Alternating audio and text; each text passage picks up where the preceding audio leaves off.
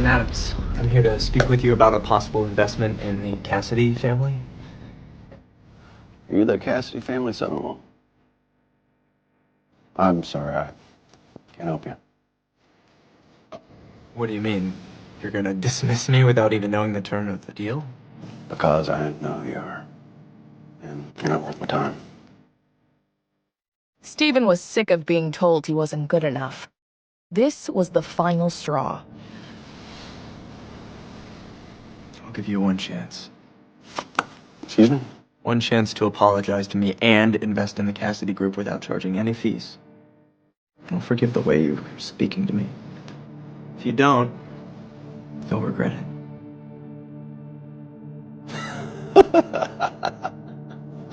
Is this some kind of joke? I'm not afraid of somebody like you.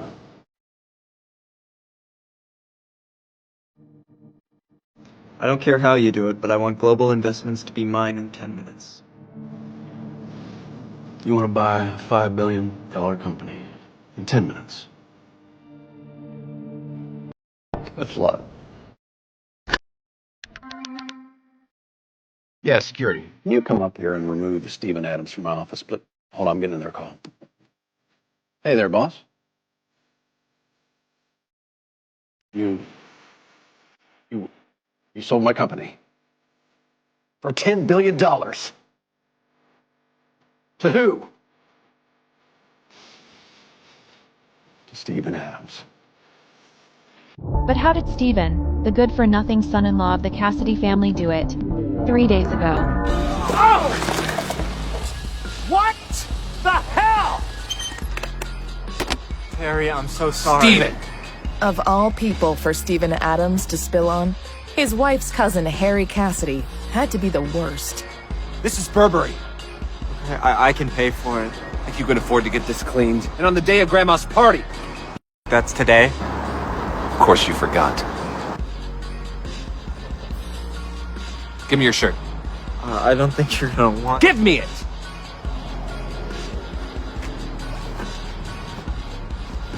It's not exactly the... What, you thought I was gonna wear it? God, no.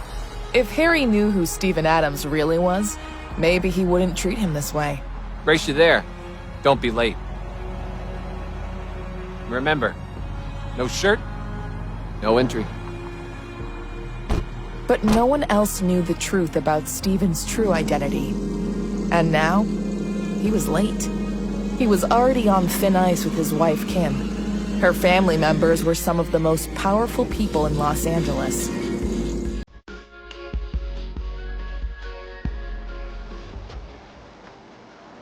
That useless husband of yours is still nowhere to be found, huh? Good luck explaining that to Grandma. Shut up, Harry. He's almost here.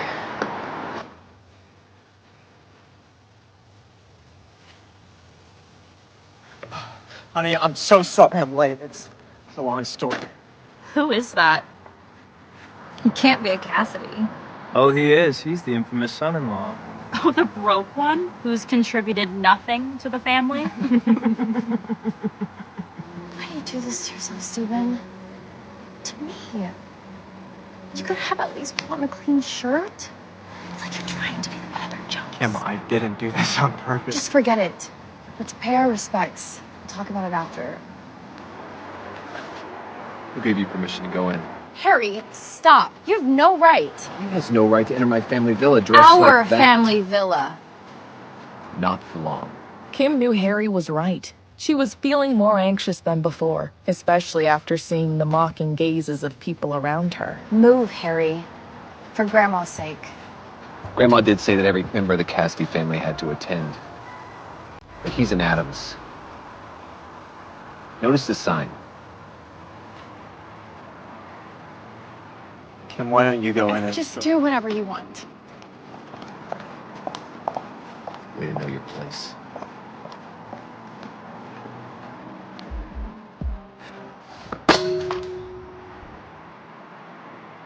Wait till they see who I really am.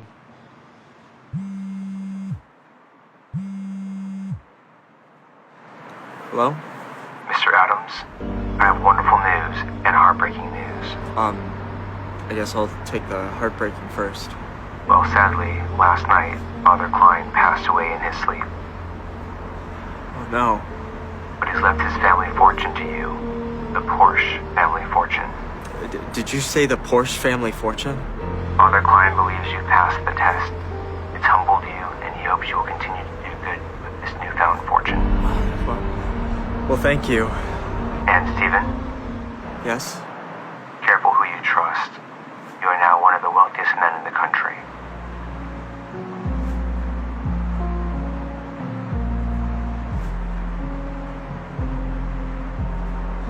I guess the tables are turning. 5 years ago, Stephen had tried to stand up to his father. He and his father seemed to have differing codes of morality when it came to running their family business. But as punishment for speaking up, his father kicked him out. He almost died living off the streets. Fortunately, Father Klein, a generous priest, saved his life. However, the priest had one condition.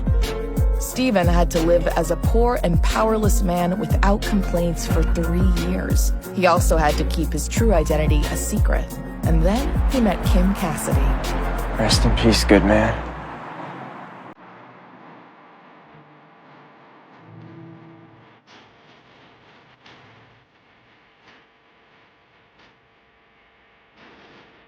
We must give thanks for how blessed our family has been. And I hope we shall prosper for years to come.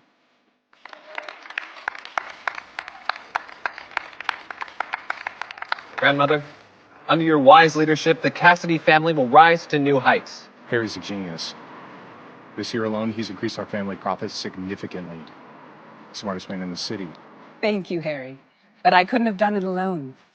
I am grateful to the friends and support we have had all over this great city of ours. Speaking of which, I'm sure all of you are excited to introduce to me the guests you've invited tonight. The family couldn't hold in their excitement. The main event was about to begin. This was their chance to prove to their family's matriarch with their esteemed guests who amongst them had the best connections in the city. And whoever impressed their grandmother the most would be given the majority of the assets from the Cassidy Trust Fund. Grandma, meet the head of Gucci. Thank you for coming. Grandma, this is Dr. Martins, the top plastic surgeon in Beverly Hills. I hope I never need your services. You're the only one here who requires no work. Grandmother, I'd like you to meet my guest. Meet Pete Rockford, the CEO of Rockford International. Charmed. It's a pleasure. Pete Rockford was the head of the most powerful real estate company in the world. Isn't it time you introduced your guest? Is that really how low things have gotten for you and your delivery boy husband? You couldn't even swing some jerk-off lawyer? Well, Tim and I actually invited the head of the Stein family, Jack Stein, ladies and gentlemen. Steve and I go way back. Kim couldn't believe it. Her husband had brought Jack Stein, one of the most influential businessmen in the state. But how? Here is a jade statue as a token of my appreciation. Harry was skeptical. The Stein family was even more powerful than the Cassidy family. How could someone like Stephen have connections to them? Come on, Steve-O. What hobo did you hire to play the role of Jack today? What kind of a knockoff statue is this? Oh, I would be careful with that if I were you, Harry. It's worth $10 million, and we all know how you are with money. Need I remind you of the Murphy deal? Harry was shocked. He had never heard Stephen talk like this to him before. Yeah, right. This is obviously fake.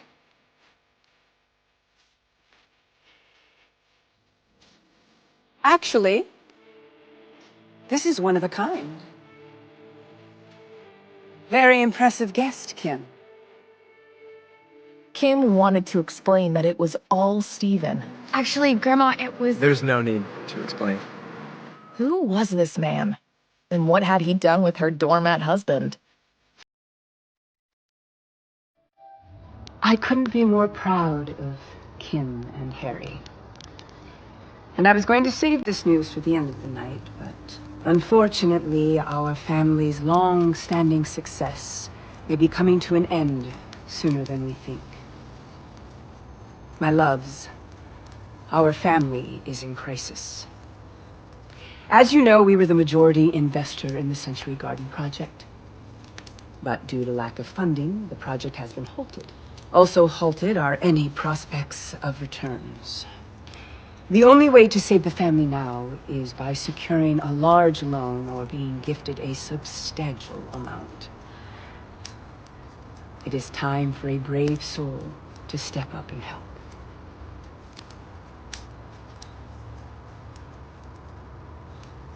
You seem to have no trouble speaking up when it comes to dividends, but when this family needs your help, you are suddenly quiet. Grandma, relax. Think of your health. I'll think of a way to solve this. Actually, didn't Kim prove the value of her connections today? Harry's right. Kim's family's always had your back. Now it's time for you to have ours. Actually, Grandma, Jack was Steven's friend. He's the one who brought him. So, I can't ask for an investment. It was finally Harry's chance to ruin Kim, so he could be the Cassidy family's only successor. How could you be so heartless? This family is not only in crisis, But you won't help us? And you're lying through your teeth to our dear grandma? how can someone like Steven know someone like Jack? Are you mad at Grandma for not prioritizing your family all these years? No, it isn't like that.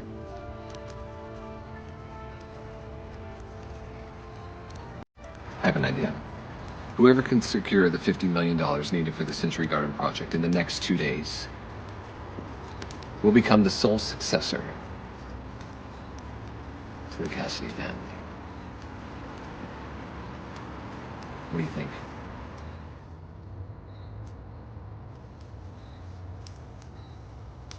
Okay. And one more condition.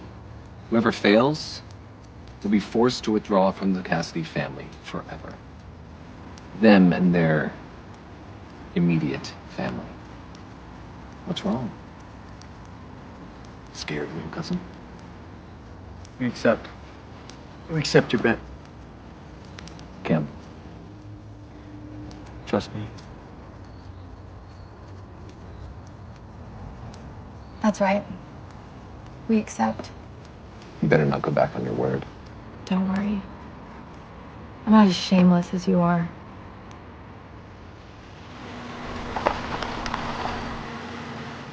Okay, time to spill. How do you know Jack? He's a friend's dad. An old friend. Okay. Well, do you think he can help us get a loan? No, it's not like that. Well, then, do you have any connections? Anyone who runs a bank who can help us get a loan of that size? Honestly, no. Then why did you accept the bet? Because I believe in you.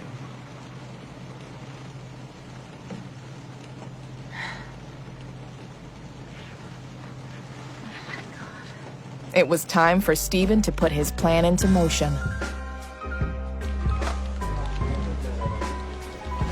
Do you have an appointment? I'm here to see Dave. He knows I'm coming. Jack would have called.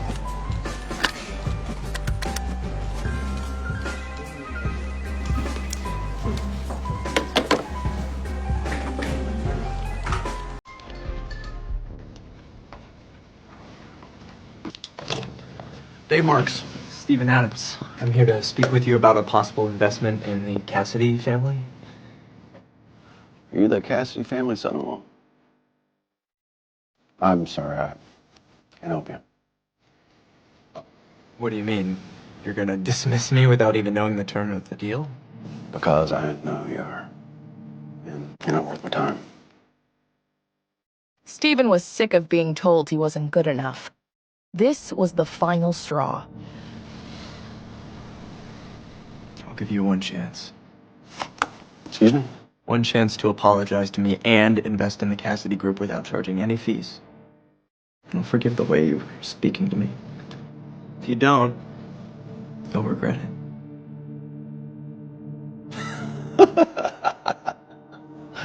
Is this some kind of joke? I'm not afraid of somebody like you.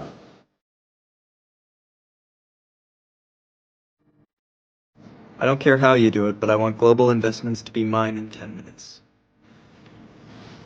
You want to buy a $5 billion company in 10 minutes. That's a lot. Yeah, security. Can you come up here and remove Stephen Adams from my office, please? Hold on, I'm getting their call. Hey there, boss. You sold my company for $10 billion. To who? To Stephen Adams. Just had to get rid of some pocket change. Stephen couldn't help but be thrilled at the shock on Dave's face. He was finally getting the respect he deserved.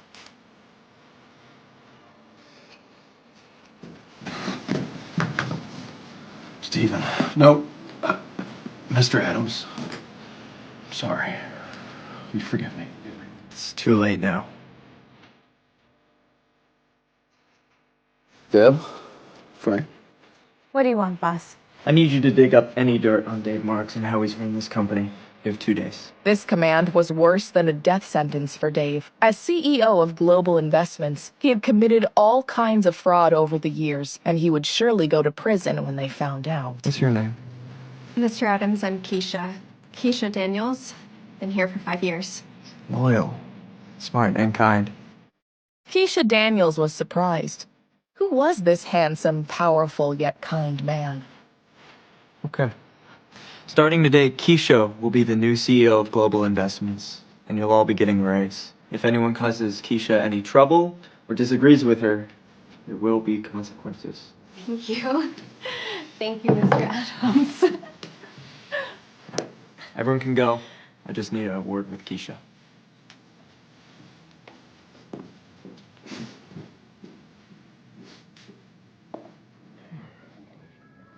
Oh, you're married to Kim Cassidy. You're the most beautiful woman in the city. Yes, and I need you to do something for me. Stephen was proud of what he'd done. Now, he just needed to convince Kim he was worthy of her. Kim, hi. What are you doing?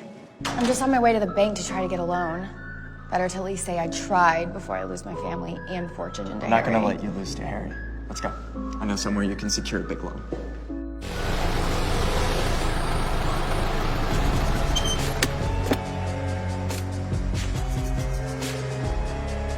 Seriously, Stephen? Global Investments. You really think we can negotiate a deal with them? I already talked to Jack. He got you an appointment with the CEO. You just have to go in. I'll wait out here for you. Fine. I'll go in.